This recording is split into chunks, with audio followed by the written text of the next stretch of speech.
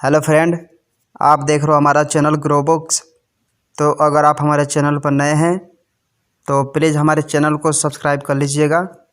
तो चलिए आज हम फिर से आपके लिए नई बुक लाए हैं, जिस बुक का नाम है टिपिंग सक्रेड काउज।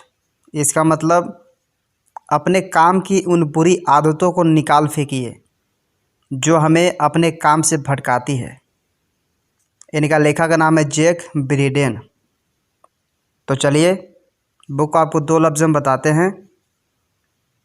यह किताब वर्क प्लेस पर किस तरह के गुण हमें अपनाना चाहिए उसके बारे में हमारे अजम्पशन को चैलेंज करती है। यह दिखाती है कि किस तरह से 7 पवित्र गायें balance, collaboration, creativity, excellence, fairness, passion and preparation असल में आपकी ऑर्गेनाइजेशन के परफॉर्मेंस में बाधा बन सकती है। यहाँ कुछ अल्टरनेटिव स्ट्रेटजीज को आउटलाइन करती है जो कि आपको एम्प्लॉय को खुश रखेगा और उनके प्रोडक्टिविटी बनाएगा। यह बुक किसके लिए है? एंटरप्रेन्योर या कोई भी जो बिजनेस में रुचि रखता हो, कोई व्यक्ति जो अपनी लीडरशिप स्किल डेवलप करना चाहता हो, कोई भी व्यक्ति जो वर्क प्लेस पर नुकसान को अवॉइड करना चाहता हो। अध्याय नंबर 1। हम सभी फेयरनेस यानी निष्पक्षता चाहते हैं, लेकिन अक्सर इसे समानता के बराबर देखते हैं। एक बहुत पुराना प्रैंक है जो कि स्पेशली अमेरिका और उसके आसपास के रूरल कम्युनिटीज में किया जाता है। जब कुछ बच्चे अपने दोस्तों के साथ गाय पर धावा बोल देते हैं और ऐसा करने से वहाँ पर खुशी का माहौल बन जाता है। हम यह नहीं सिखाएगा कि गाय को कैसे बांधा जाए, जबकि आपको दिखाएंगे कि कैसे हम अपने कुछ गुणों जैसे कि पैशन, फेयरनेस और परफेक्शन को हद से ज़्यादा बढ़ाने से पहले और हमें नुकसान पहुंचाने से पहले बदल सकते हैं, जिनके लिए हम हर रोज़ कोशिश करते हैं। उदाहरण के लिए, सभी के साथ फेयर होना हमें अपनी टीम के कमज़ोर लोगों को रिवार्ड देने के लिए मजबूर कर सकता है। हमेशा परफेक्ट और फेयर होना हमारे मन में फेल होने के डर को बिठा देता है। यह समरी आपको बिजनेस को ऑपरेट करने के अच्छे तरीके बताती है। इसके अलावा आप जानेंगे कि रिट्ज कार्लटन के स्टाफ मेंबर्स को कैसे कस्टमर से दूर खड़ा रखने के लिए कहा गया। पैशनेट होना आपकी हेल्थ पर किस तरह से बुरा असर करता है और हमेशा परफेक्ट होना किस तरह से बुरा है। इस दुनिया में फेयर यानी कि निष्पक्ष रहने की चाहत तो सभी की होती है, लेकिन यह बहुत कठिन है। एक स्टडी में ऐसा बताया गया है कि जब हम किसी को इमोशनल होता हुआ देखते हैं तो हमारा दिमाग भी उसकी नकल करता है। जैसे कि अगर हम किसी को रोता हुआ देख रहे हैं तो हमारे आंसू भी आने लगते हैं, या फिर अगर हमने ऐसा देखा कि किसी को इलेक्ट्रिक शॉक लगा है तो वह शॉक हमें भी महसूस होता है। यह एक नेचुरल टेंडेंसी होती है जो कि हमेशा अच्छी साबित नहीं होती। फेयरनेस होने के चक्कर में बहुत बार हम समानता को लेकर कंफ्यूज हो जाते हैं। फेयरनेस यानी कि निष्पक्षता का मतलब यह होता है कि हर पक्ष को बराबर की मौका दिया जाए और सभी के साथ समान व्यवहार किया जाए। किसी भी एक पक्ष को इम्पोर्टेंस ना दिया जाए, लेकिन इसका यह मतलब बिल्कुल भी नहीं है कि आप अपने वर्क प्लेस पर सभी काम करने वाले एम्प्लॉयज़ को एक ही तराजू में तौल दें। अगर कोई एम्प्लॉय बेहतरीन काम करता है तो उसे इनाम दिया जाए, और अगर कोई एम्प्लॉय अच्छा काम करता है तो उसे मोटिवेट किया जाए और बेहतर काम करने का मौका दिया जाए। यह होती है निष्पक्षता। समानता को निष्पक्षता के एक बराबर नहीं समझा जा सकता है। समानता का मतलब होता है कि सभी को समान अधिकार दिए जाए और वर्क प्लेस पर काम करने वाले कर्मचारियों को समान अपॉर्चुनिटी दी जाए। आपके साथ काम करने वाले आपके सभी कर्मचारी आपके लिए एक समान होता है। उनके सारे अधिकार और उनको मिलने वाले मौके एक समान होना चाहिए। यह समानता कहलाएगी। अच्छा काम करने पर एक समान रिकॉर्ड दिया जाए और अच्छा काम न करने पर एक समान सीख दी जाए। हम दूसरों के साथ एक एम्पैथेटिक कनेक्शन बनाते हैं, लेकिन बहुत बार हम अपने थॉट्स उनके ऊपर प्रोजेक्ट कर देते हैं। क्या आपके साथ कभी ऐसा हुआ है जब आपने किसी के लिए ऐसा गिफ्ट खरीदा हो जो असल में आप अपने लिए चाहते हैं? जब हम कुछ चाहते हैं तो हम ऐसा एज्यूम कर लेते हैं कि सामने वाला भी यही चाहता होगा। बिजनेस में फेयरनेस यानी कि निष्पक्षता और सेमनेस यानी समानता को मिला देना अक्सर कस्टमर को एक जैसा ट्रीट करने की गलती करवाता है। हम ऐसा इमेजिन कर लेते हैं कि हमारे सारे कस्टमर एक ही तरह की ज़रूरत रखते हैं। तब जो कस्टमर अलग होते हैं उन्हें ट्रीट करना हमारे लिए बहुत मुश्किल हो जाता है। तो इसका बेहतर अल्टरनेटिव क्या हो सकता है? आपको अपने दिमाग को बार बार यह समझना होगा कि हर इंसान अलग अलग होता है और हर किसी को हमें एक इंडिविजुअल की तरह ही ट्रीट करना चाहिए। एक होटल ने कुछ नियमों को बहुत अच्छे से इम्प्लीमेंट किया है। यह नियम एम्प्लॉय को उनके गेस्ट को घर जैसा फील देने में और अच्छी सर्विस देने के लिए एनकरेज करते हैं। उनके कुछ स्पेसिफिक रूल्स इस तरह हैं। उन्हें अपने गेस्ट से लगभग 10 फीट की दूरी पर खड़े होना होगा और उन्हें ग्रीट करना होगा, मैं आपकी क्या मदद कर सकता हूँ सर या मैडम के साथ। फॉर सीजन्स होटल का कस्टमर सेटिस्फेक्शन रेट सबसे हाई है और इसके मार्केट शेयर भी ग्रोइंग स्टेज पर है। ऐसा वहाँ पर शायद इसलिए है क्योंकि हर कस्टमर को इंडिविजुअली ट्रीट किया जाता है। अध्याय नंबर 2, आपके काम, पैशन और पर्सनल लाइफ को इक्वली बैलेंस कर लेने का यह मतलब बिल्कुल भी नहीं है कि यह हेल्दी ही होगा। बैलेंस और पैशन यह दोनों ही वर्ड सेल्फ हेल्प इंडस्ट्री में गूंज रहे हैं। बहुत से लोग अपने काम को लेकर पैशनेट होते हैं, साथ ही लाइफ के डिफरेंट एस्पेक्ट्स को भी बैलेंस करके चलते हैं। ऐसा करना एक अच्छी हेल्दी एटीट्यूड नहीं है। वर्क लाइफ बैलेंस इस आइडिया को कंसीडर करने का मतलब लोग ये समझते हैं कि उन्हें कुछ ही घंटे काम करना चाहिए और बाकी का समय घर पर बिताना चाहिए। बहुत से केस में यह भी देखा जाता है कि जो कुछ लोग जो घर पर समय बिता रहे हैं उसमें भी वह काम ही कर रहे हैं बजाय अपनी फैमिली के साथ टाइम स्पेंड करने के। ऐसा करने की जगह आप बैलेंसिंग को लेकर बोल्ड बनिए। कॉम्प्रोमाइज़ करते हुए चीज़ों को बैलेंस करने की कोशिश मत कीजिए।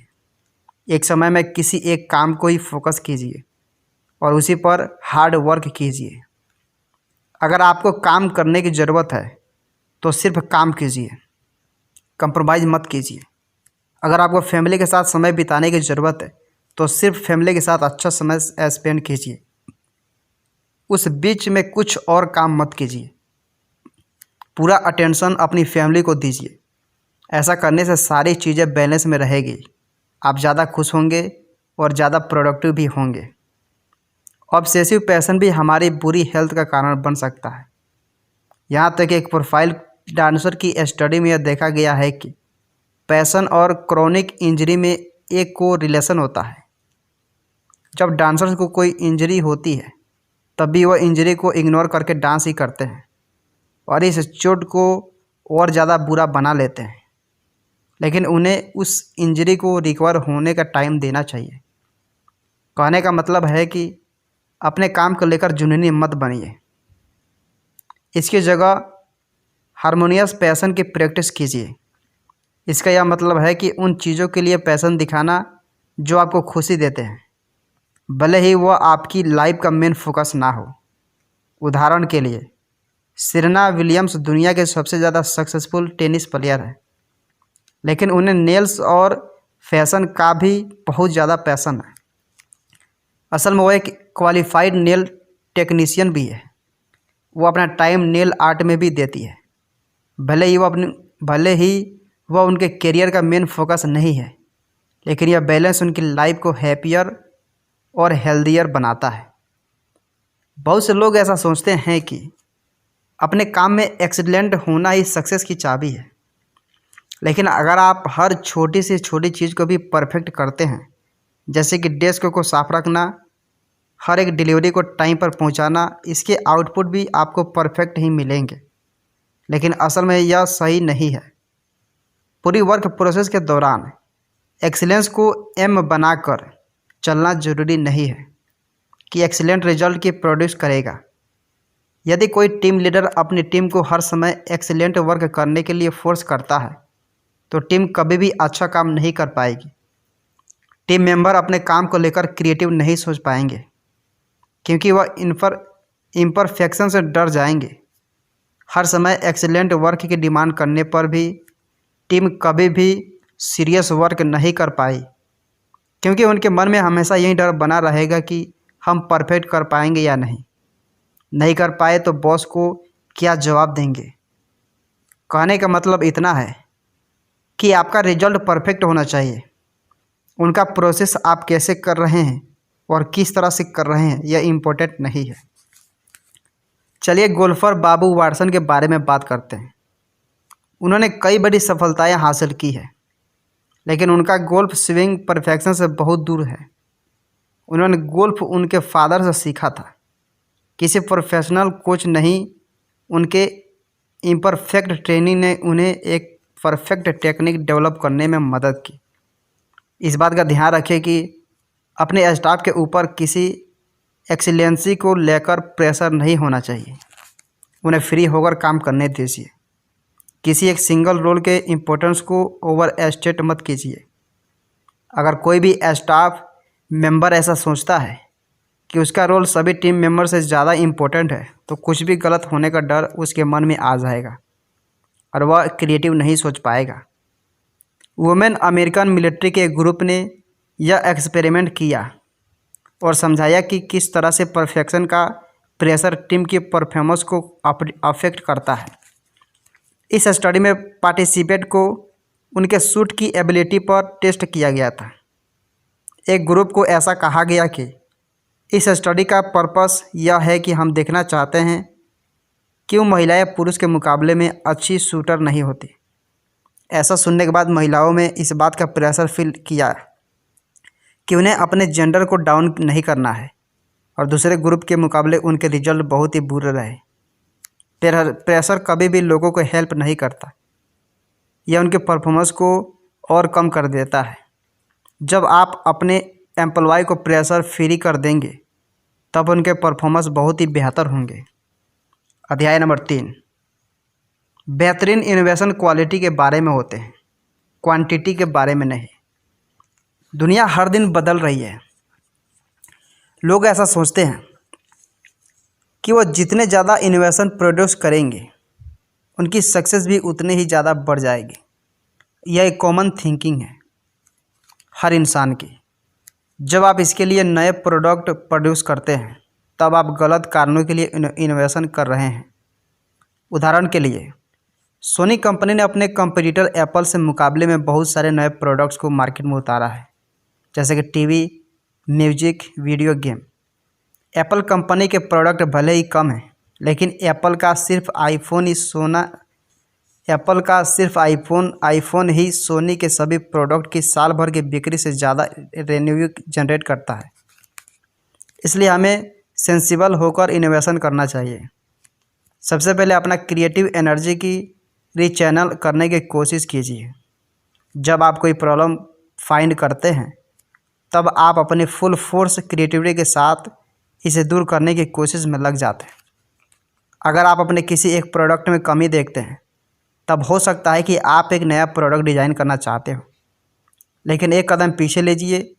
बहुत बार एक छोटी सी प्रॉब्लम को हम एक सिंपल टूल के साथ भी चेंज कर सकते हैं। इसके लिए हमें पूरे प्रोडक्ट की ही चेंज करने की ज़रूरत नहीं होती। अगर आप किसी एक छोटे से प्रॉब्लम के लिए अपनी पूरी क्रिएटिविटी एनर्जी को नहीं लगाते हैं और इसे बचा कर रखते हैं तो यह आगे किसी और इम्पोर्टेंट वर्क में काम आ सकती है।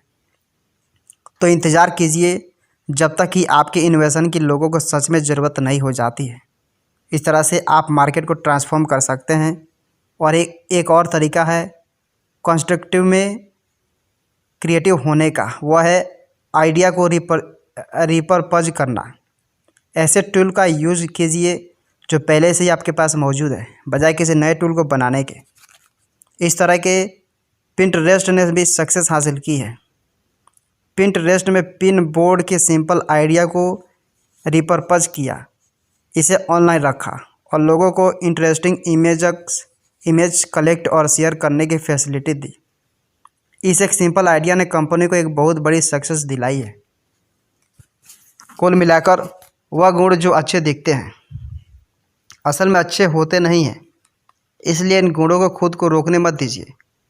फेयरनेस और बैलेंस की डिफेंसेस को एग्जामिन कीजिए। आपके प्रोसेस को परफेक्ट रहने दीजिए और सिर्फ तब इनोवेट कीजिए जब सही समय हो। जब आप इन रूल्स को फॉलो करना बंद करेंगे तब आपका ऑर्गेनाइजेशन सक्सेसफुल होगा। सही समय आने पर इनोवेशन कीजिए। जब आप खुद को पूरी तरह से काम को दे देना चाहते हैं तब ऐसा ही कीजिए। अपने काम को शॉर्ट में मत रखिए, लेकिन उस समय काम भी मत कीजिए। जब आपकी ज़िंदगी में दूसरी इम्पोर्टेंट चीज़ों की ज़रूरत हो, जैसे कि फैमिली, ऐसे ही जब आपको इनोवेट करने की ज़रूरत है तब सिर्फ इनोवेट कीजिए, फिर किसी और के लिए इनोवेट मत कीजिए। ऐसा करने पर आप सिर्फ अपनी क्रिएटिव एनर्जी वेस्ट करेंगे।